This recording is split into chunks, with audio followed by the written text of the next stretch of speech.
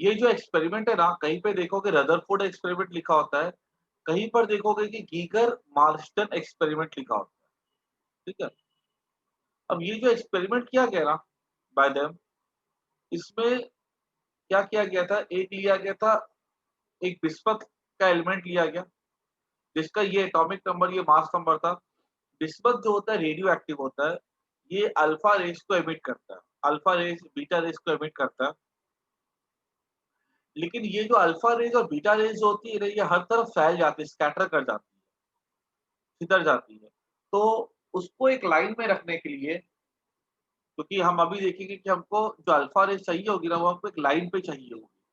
तो उसको एक लाइन में रखने के लिए हम लोग ना यहाँ पे एक लेड के ओपनिंग यूज़ करते हैं, जिसको हम लोग कहते हैं कॉलीमेटर। कॉलीमेट मतलब होता है to confine in a line. यहाँ से अल्फा पार्टिकल्स पास करेंगे इस कॉलीमेटर से, ठीक है? और आगे ट्रैवल करेंगे। आगे यहाँ पे गोल्ड फॉइल होता है, ठीक है? ये गोल्ड फॉइल जो होता है बहुत पतला होता है, 2.1 इंटू 10⁻⁷ मीटर होता है। तुम अंदाज़ा लगा सकते हो कि इसका जो साइज़ है ना, ठीक है? ये चला जाता है माइक्रोमीटर में, ठीक है? और मतलब तुम समझो ना, वो जो हम लोग जो मिठाई खाते हैं, उसके ऊपर देखा है काजू कतली किसी पे एक वर्क लगा होता है, सिल्वर का। वो वर्क कितना पतला होता है, उससे भी पतला होता है ये गोल्ड फॉइल का जो हम जो लेते हैं ना लेयर, उससे भी पतला होता है वो। इसको इतना पतला रखने के पीछे कारण क्या होता है, गोल्ड फॉइल को इतना पतला लेने का कारण ये होता है कि जब अल्फा पार्टिकल्स एनकाउंटर करेंगे न्यूक्लियस के साथ, गोल्ड इसके न्यूक्लियस के साथ, गोल्ड के न्यूक्लियस के साथ, तो सिर्फ एक ही लेयर हो। अगर मान लो सोचो ना, अगर गोल्ड फॉइल अगर मोटा होता, तो गोल्ड के एटम अगर ऐसे होते,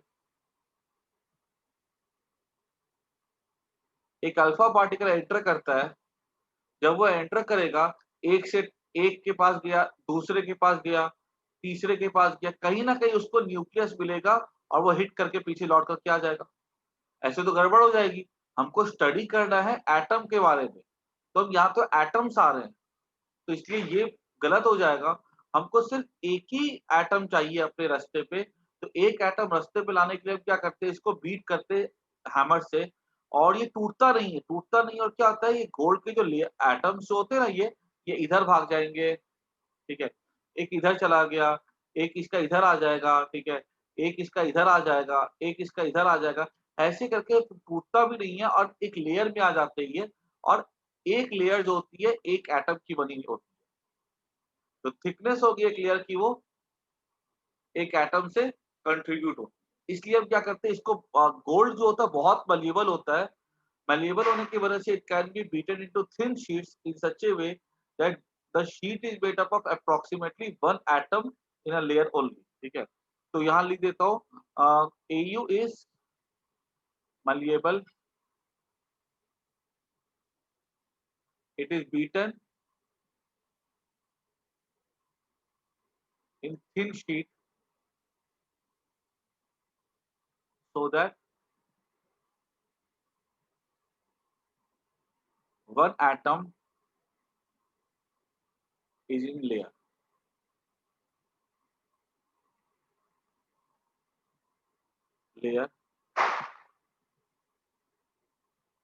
is formed. This is required for mathematical calculation। एक ही होनी चाहिए, गोल्ड के अलावा किसी और को यूज करते तो वो इतना पतला नहीं बन पाएगा।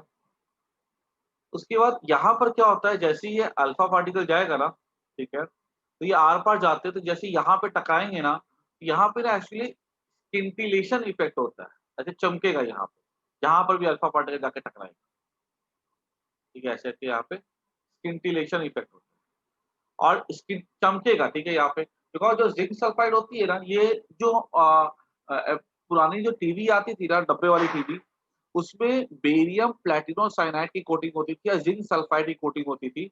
उसपे जैसे इलेक्ट्रॉन्स आके स्ट्राइक करता था ना, तो वहाँ पे हमको वो वहाँ चमकता था। यहाँ पर भी कुछ सेम कहानी है, ठीक है।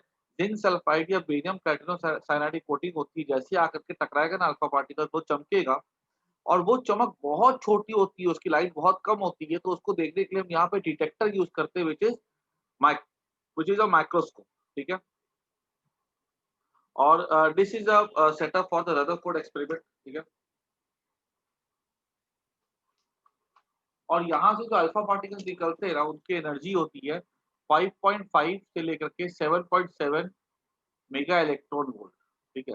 This is the energy of the alpha particle which is emitted from this region, ठीक है। तो ये हमारा सेटअप हो गया।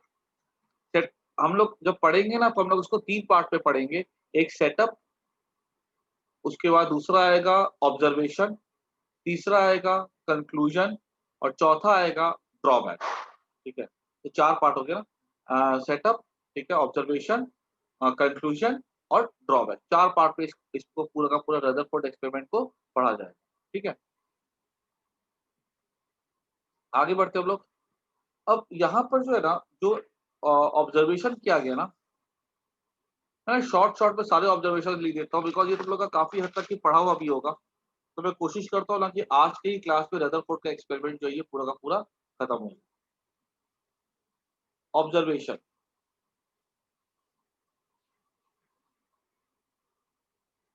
पहला ऑब्जर्वेशन ये था ना कि मैक्सिमम अल्फा पार्टिकल जो थे ना वो अनडिविएटेड पास करते थे, मतलब सीधे जाते थे। और बहुत ही कम अल्फा पार्टिकल जो थे डिविएट करते थे।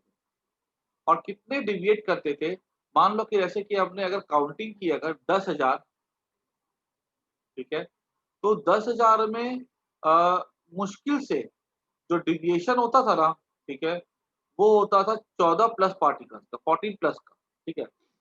बाकी जो 14 जो थे ना, ठीक है, वो कुछ अलग एंगल पे गए, कोई ऐसा गया, कोई ऐसा गया, लेकिन अगर हम देखें ना तो 900, ठीक है, 900 कितना हो जाएगा ये 84 86 पार्टिकल, इतने पार्टिकल जो थे वो कैसे जाते थे, सीधे जाते थे, ऐसे करते सीधे, ठीक है। और 14 पार्टिकल्स थोड़ा इधर मुड़ गए, थोड़ा इधर मुड़ गए, ऐसे होते थे, ठीक है वो। तो यहाँ पे सबसे पहला कंक्लूजन ये था। अच्छा एक चीज और देख लो यहाँ पे कि ये जो हम दिखाए ना यहाँ पे, यहाँ पे ये एक्चुअली जो शेप होता है ना, ये देखोगे ना एनसीईआरटी को तो इसकी शेप ऐसी दिखाई गई होगी, ऐसे ओपनिंग है। इट्स लाइक जैसे ये जो पार्ट होता है ना जहाँ पे स्किन इफेक्ट होता है, एक्चुअली जैसे मान लो कोई क्रिकेट का फील्ड होता है, फुटबॉल का फील्ड होता है, तो यार क्रिकेट के फील्ड में क्या होता है, ऐसे करके पूरा प्लेग्राउंड होता है, बाउंड्री होती है और यहाँ पे एंट्री होती है यहाँ से प्लेयर्स, ठीक है। ये कुछ ऐसा ही होता है यहाँ पे, ठीक है। ये मैंने बनाया है खाली कर पार्ट पे, लेकिन बट दिस इज पूरा का पूरा ऐसा कवर करता है ये इसमें, ठीक है। यहाँ पे पूरा का पूरा ऐसे कवर हो जाता है, ऐसे करके। ऑब्जर्वेशन में क्या था, पहला observation 0.1% of alpha particles deviate by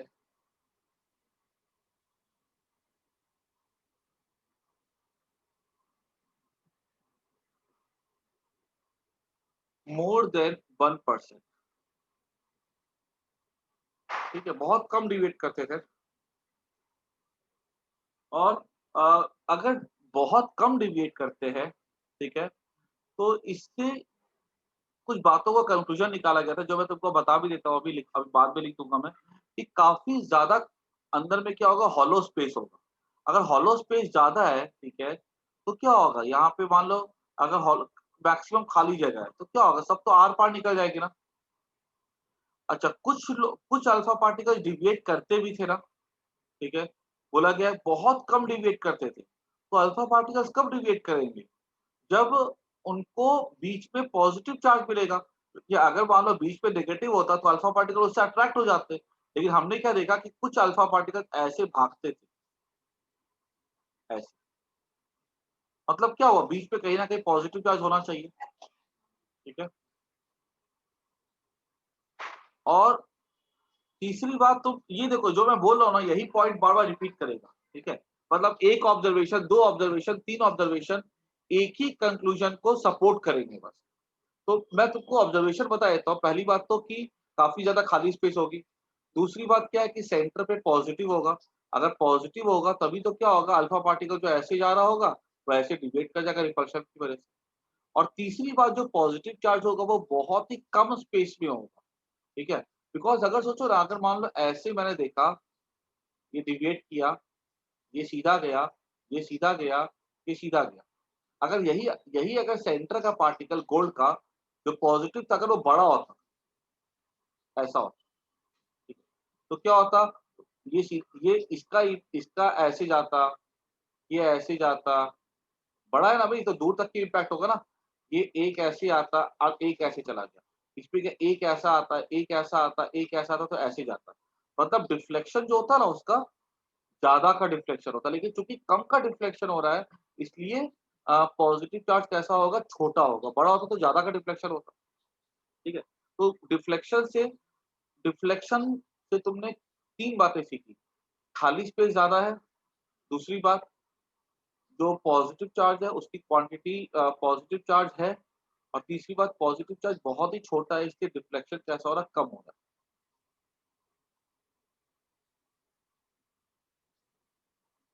उसके बाद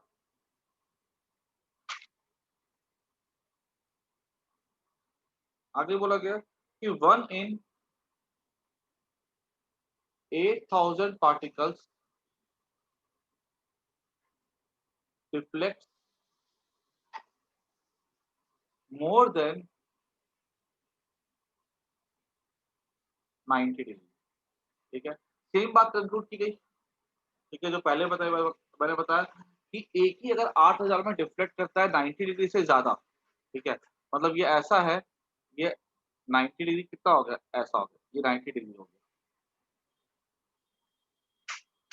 बहुत कम ऐसे जाते हैं, ठीक है। तो बहुत कम है, मत जा तो रहे हैं, मतलब पॉज़िटिव है। बहुत कम है, मतलब क्या होगा कि सेंटर में क्या होगा, साइज़ छोटा होगा, ठीक है। और सेंटर में साइज़ तो छोटा होगा, पॉज़िटिव होगा, लेकिन डेंस होगा।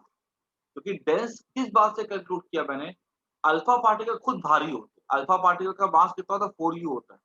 अब अगर इतने भारी को टर्न करवाना है, तो सेंटर पे तो पॉज़िटिव पॉज़िटिव चार्ज कैसा होना चाहिए, ज़्यादा होना चाहिए ना, ठीक है। तो 4 बातें तुमको मैंने सिखा दी अभी तक, ठीक है, जो कि मैं आगे जाके लिखूँगा भी। 4 बातें दिमाग में रखनी है ऑब्जर्वेशन को लेकर के, कि खाली स्पेस, पॉज़िटिव, पॉज़िटिव चार्ज छोटा, पॉज़िटिव चार्ज डेंस, ठीक है।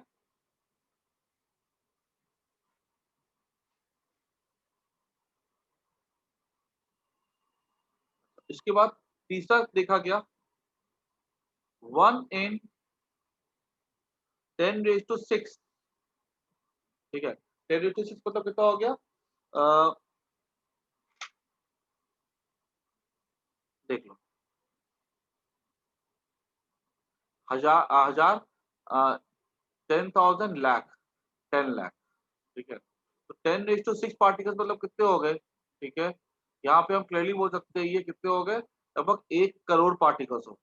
सोचो कितना, एक पार्टिकल नहीं, 100 100 1000 10,000 लाख, 10 लाख, सॉरी 10 लाख में एक पार्टिकल, ठीक है, डिफ्लेक्टेड बाय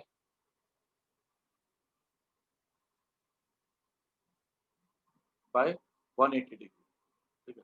फिर वही बात कि अगर डिफ्लेक्ट कर रहा है, अगर मान लो, ठीक है, 180 डिग्री से, ठीक है, फिर से वही बात कि डिफ्लेक्ट किया 180 डिग्री से, मतलब जो अल्फा पार्टिकल आया था, ठीक है, वो ऐसे लौट के जा रहा है, मतलब पॉजिटिव चार्ज होगा, ठीक है। बहुत कम है ये नंबर, बहुत छोटा है, बहुत छोटा होगा।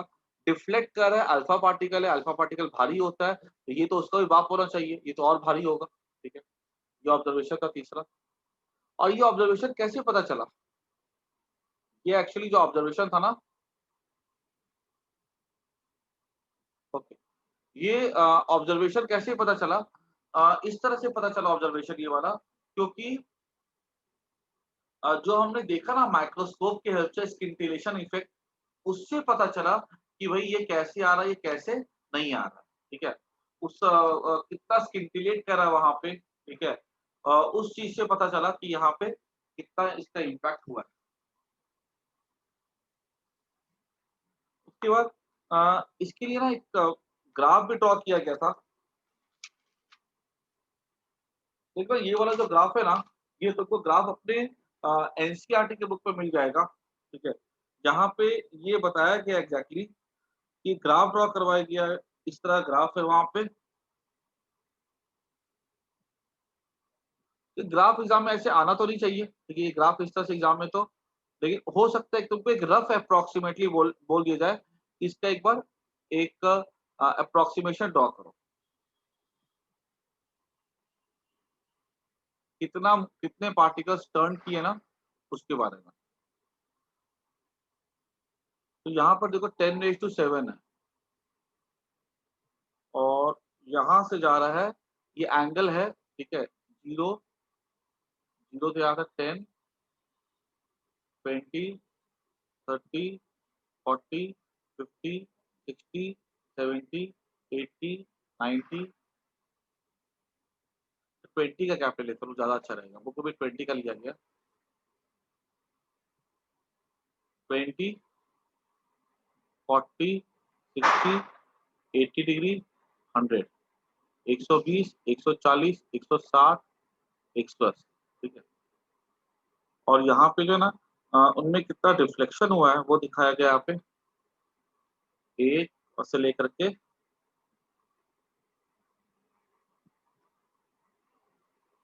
10⁻7 तक, 2, 3, 4, 5, 6, थोड़ा नीचे दिखा दी, ठीक है। 10⁻2 है, 10⁻4 है, 10⁻6 है, ठीक है, 10⁻8 है,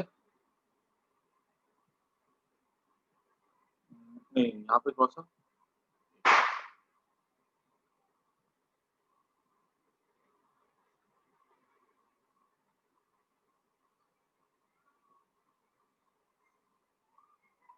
ये ना यहाँ पे ग्राफ की जो लेबलिंग की ना, यहाँ पे 10 से यहाँ से स्टार्ट किया, 10, 10⁻2, 10⁻3, 10⁻4, 10⁻5, 10⁻6, 10⁻7, ठीक है, ये ऐसे जा रहा है। यहाँ पे 0,10, ठीक है। अब देखो यहाँ पे जो है ना, जब यहाँ पर जो नंबर ऑफ पार्टिकल्स है ये इतने हैं, मतलब बहुत नजदीक है, ये समझ के चलो, टू,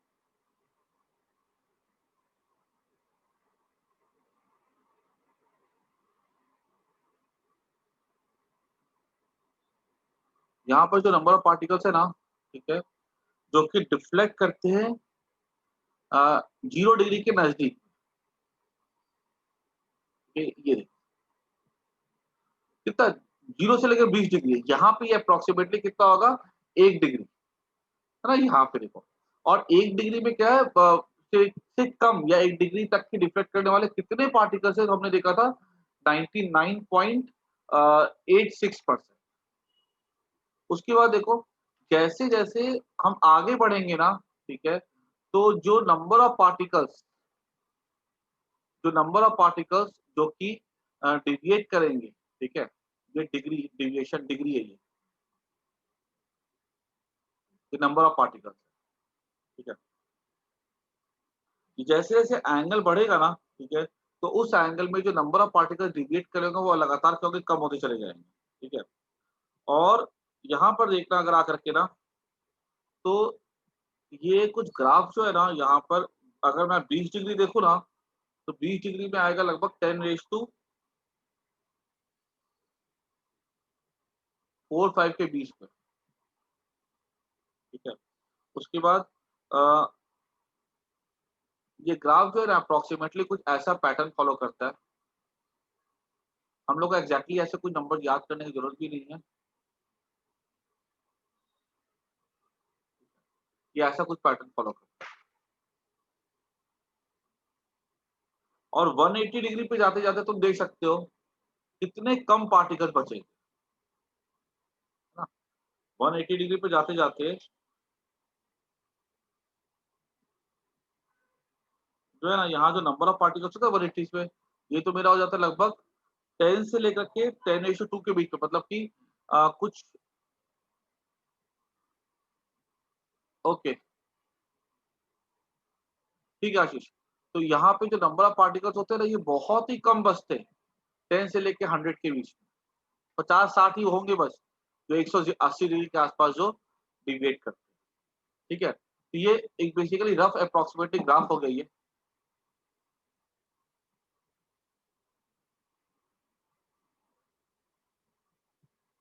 कोई नहीं आंसर।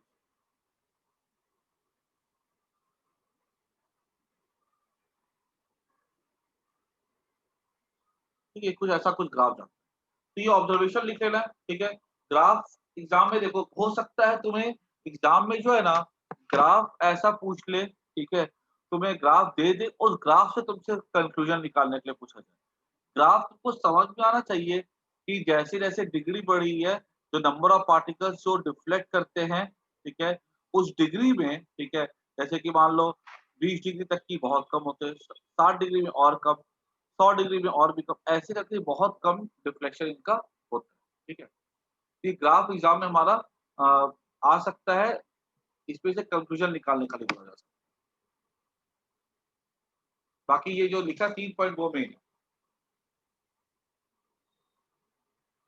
और नंबर ऑफ पार्टिकल्स कितने यहाँ पे स्कैटर करेंगे, उसका एक्सप्रेशन दिया जाता है कैपिटल N इक्वल्स टू के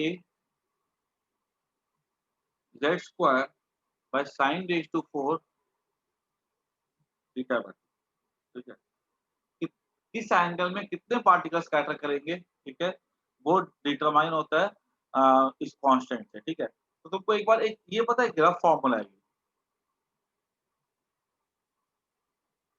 अब जैसे कि मान लो हमसे बोल देगा कि जो नंबर ऑफ पार्टिकल्स जो है ना, ठीक है, n1 बाय n2, ठीक है, इक्वल्स टू क्या हो जाएगा, अगर फॉर एन एटम अगर सब कुछ कांस्टेंट है के जेड, तो मैं यहाँ पे लिख सकता हूँ साइन पावर 4 थीटा 2/2,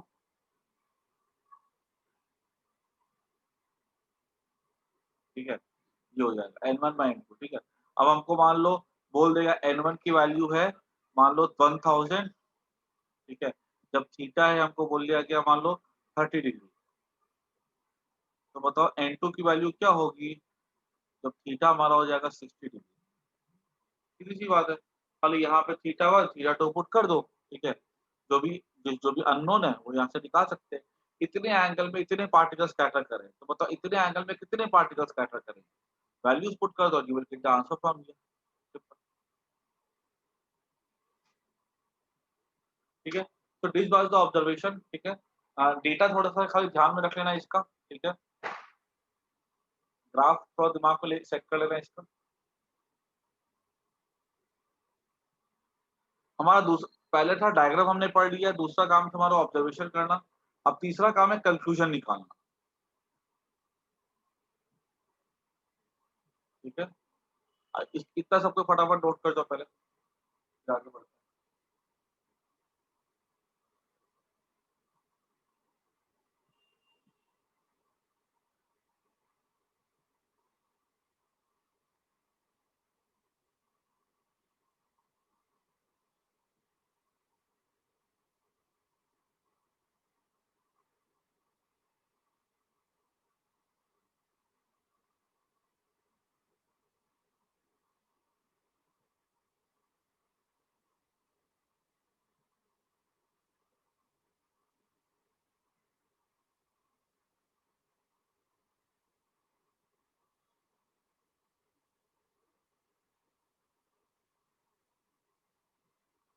ठीक है,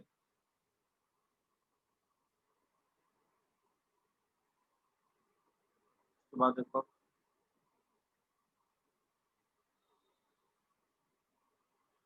नेक्स्ट टॉपिक हमारा conclusion.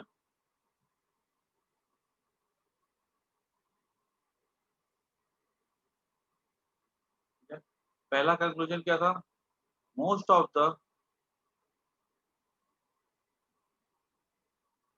Space in atom is vacant, खाली है, मैक्सिमम स्पेस खाली है क्योंकि मैक्सिमम जाते हैं अनडिफिनेटेड। ठीक है, भरा भरा हुआ स्पेस अगर होता तो वो नहीं जा पाता। ठीक है, एक्चुअली बताओ, जो पहले जो जे जे थॉमसन ने जो बोला था ना, ठीक है, उसने बोला था कि भरा हुआ है, ठीक है, जैसे कि प्लम पुडिंग मॉडल था, ठीक है? जैसे वाटरमेलन के अंदर बीज होते हैं, अगर वैसा होता ना, ठीक है, पूरा भरा हुआ होता, तो अल्फा पार्टिकल कैसे आर-पार निकलते यहाँ से? वो तब तो वो क्या होता है, वो सब क्या कहते हैं, डिफ्लेक्ट कर जाते इधर से, फँस के रह जाते या टर्न कर जाते इधर-उधर से, पूरा का पॉज़िटिव से भरा होता तो, ठीक है? खाली है तब तो आर-पार हुआ, ठीक है? तो most of the space is vacant as कितने थे 99.8% of uh, new of alpha particles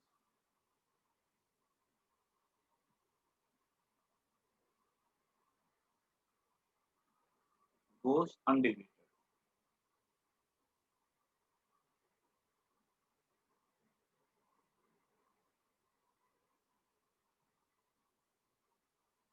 second,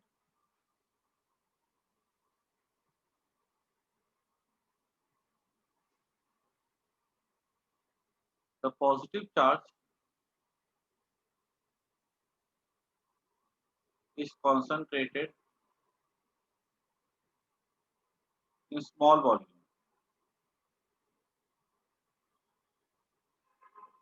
बड़े वॉल्यूम में होता, ज़्यादा पास करते, ठीक है?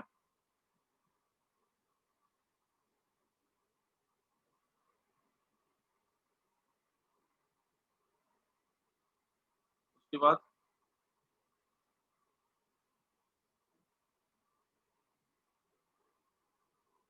नेक्स्ट पॉइंट ऑफ व्यू भी लिख सकते हैं कि the positive charge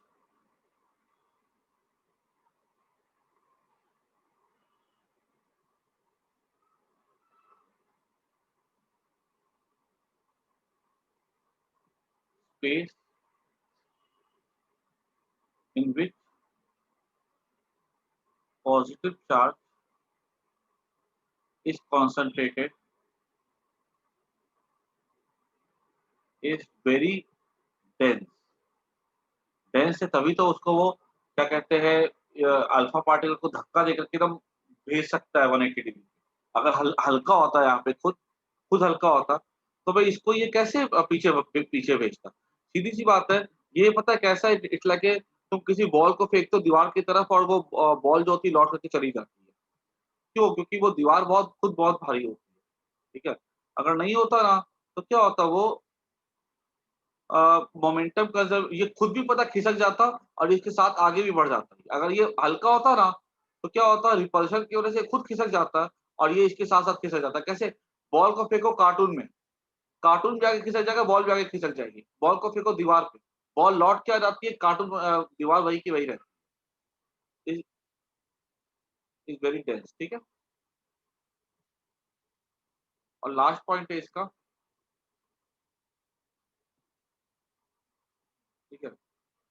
a, different metals have different Z, Z मतलब atomic number because they deviate alpha particle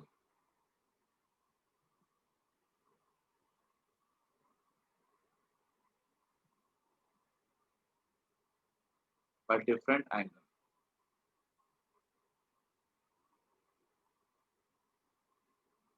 ठीक है? और उसके बाद अ, यहाँ पर एक चीज़ और देखी गई कि यहाँ पर सेंटर पे क्या होगा, सेंटर पे हमने बोल दिया पॉजिटिव चार्ज है, तो उतना ऑब्वियस सी बात है अगर ये न्यूट्रल है, तो इसके पास इलेक्ट्रॉन्स भी होने चाहिए, ये बात पहले बता दी गई थी। लेकिन इनके स इलेक्ट्रॉन्स जो होंगे ना, खाली स्पेस तभी हो सकता है जब इलेक्ट्रॉन्स क्या होंगे इनके अराउंड घूमेंगे। मतलब जैसे सोलर सिस्टम कैसे उस तरह से अगर रहा ना, तभी यहाँ पे इलेक्ट्रॉन्स जो हैं खाली स्पेस बन सकती है। जैसे प्लैनेट्स घूम रहे हैं, तो यहाँ पे हम एक चीज़ और बोल सकते हैं कि इलेक्ट्रॉन्स रिवॉल्व अराउंड न्यूक्लियस, क्योंकि साथ में तो है नहीं इलेक्ट्रॉन्स, ठीक है? अगर 7 पे अगर होते तब तो फिर कुछ और भी थ्योरीज़ थी जो कि कहती थी कि 7 पे नहीं हो सकती है, अब आगे जाके देखेंगे। लेकिन एक प्रोबेबिलिटी ये भी थी कि इलेक्ट्रॉन्स दूर होंगे, ठीक है? और ये इलेक्ट्रॉन्स जो दूर होंगे ना, ठीक है, ये घूम रहे होंगे। क्योंकि अगर सोचो ना इलेक्ट्रॉन्स अगर घूमेंगे नहीं तो अट्रैक्ट होके यहाँ पे आ जाएँगे। जैसे अर्थ क्या सन के अराउंड घूम रही है, अगर अर्थ घूमना बंद कर देगी, तब तो वो सन से जाके टकरा जाएगी। सोलर सिस्टम ही खत्म हो जाएगा। और अगर ऐसे इलेक्ट्रॉन जाके टकराएँगे तो पूरा एटम कोलैप्स ही हो जाएगा, एटम का एक्जिस्टेंस ही नहीं बचेगा, प्लस माइनस 0 हो जाएगा। ये कुछ 5 बातें थी जो वहाँ से कंक्लूड की गई। ठीक है? इसको फटाफट नोट कर लें।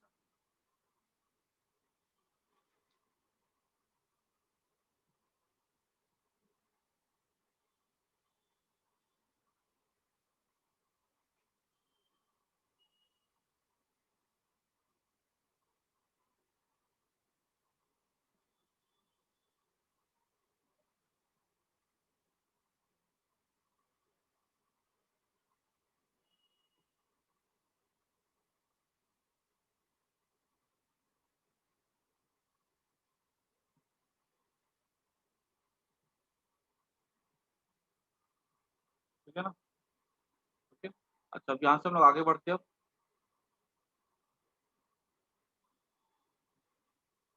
नेक्स्ट टॉपिक है हमारा इसमें एक टॉपिक है डिस्टेंस ऑफ क्लोजेस्ट अप्रोच।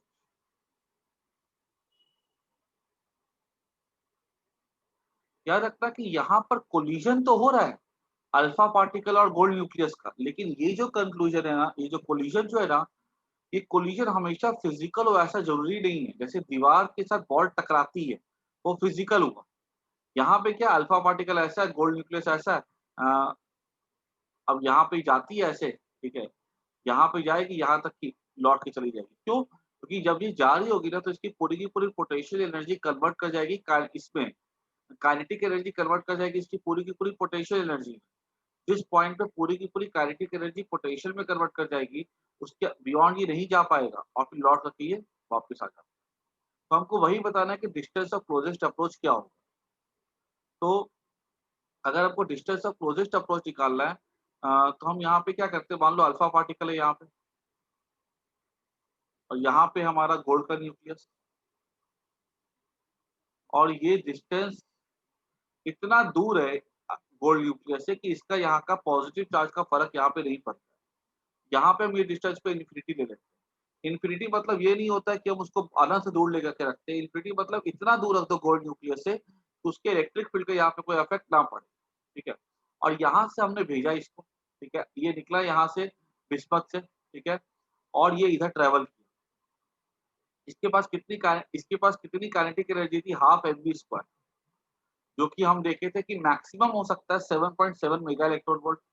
ये पास जाएगा, पास जाते जाते जाते इतना दूर आ गया इसके मैक्सिमम एनर्जी वाला। एक्चुअली उसकी एनर्जी 5.6 5.7 से लेकर 7.7 तक की होती है। एकदम जो नजदीक आएगा वो सबसे मैक्सिमम एनर्जी वाला आएगा, आया। और यहाँ से हमने देखा कि 1/4 pi epsilon not Q1 Q2, Q1 क्या हो जाएगा जेड ई, जेड हो गया एटॉमिक नंबर, ई हो गया charge of the proton of the gold nucleus, into e, e क्या हो गया charge of the alpha particle हो गया 2e सॉरी, ठीक है, क्योंकि इसके पास 2 प्रोटॉन हो गए बाय आर नॉट का स्क्वायर।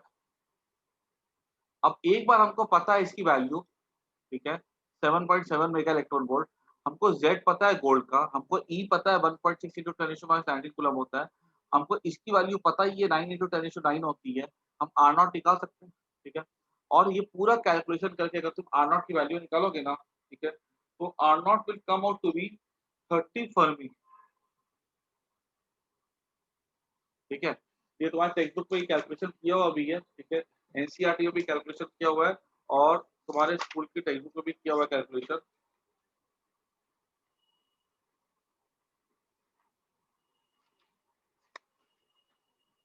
ये जो है ना डिस्टेंस, ठीक है, जेड को लिया 79, ठीक है, उसको ले लिया हमारा एनर्जी ले लिया उसका, काइनेटिक एनर्जी ले लिया उसका, ठीक है, और पुट करके ये आ रहा है 2.5 into 10⁻15 metre, that is 25 fermi है, ठीक है।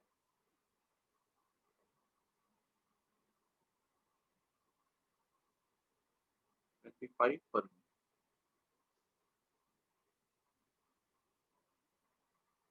ठीक है, 25 फर्मी है ये। तो मतलब ये और किया के सब डेटा तुमको गिवन होगा। Z 79 ई तुमको दिया जाएगा। काइनेटिक एनर्जी तुमको दी जाएगी 7.7 मेगा इलेक्ट्रॉन वोल्ट। तो तुम क्या कर लो, उसको लिख देना ऐसे 7.7 इंटू मेगा इलेक्ट्रॉन वोल्ट है ना, तो 1.6 इंटू 10⁻19 इलेक्ट्रॉन वोल्ट इंटू 10⁻13। ठीक है, तो ये आ जाएगा कुछ 7.7 इंटू 1.6 कर देंगे। ठीक है, तो कुछ ये आ जाएगा 1.48। हाँ, 1.48 के आसपास आएगा और इंटू 10⁻6 यहाँ पे आएगा। 10 उसके बाद निकाल लेना, खाली आ जाएगा। ठीक है, और ये वैल्यूज को पुट करके जो है ना, ये हमारा हो जाएगा half M B square. 7.7 mega electron volt को चेंज करके जूल में,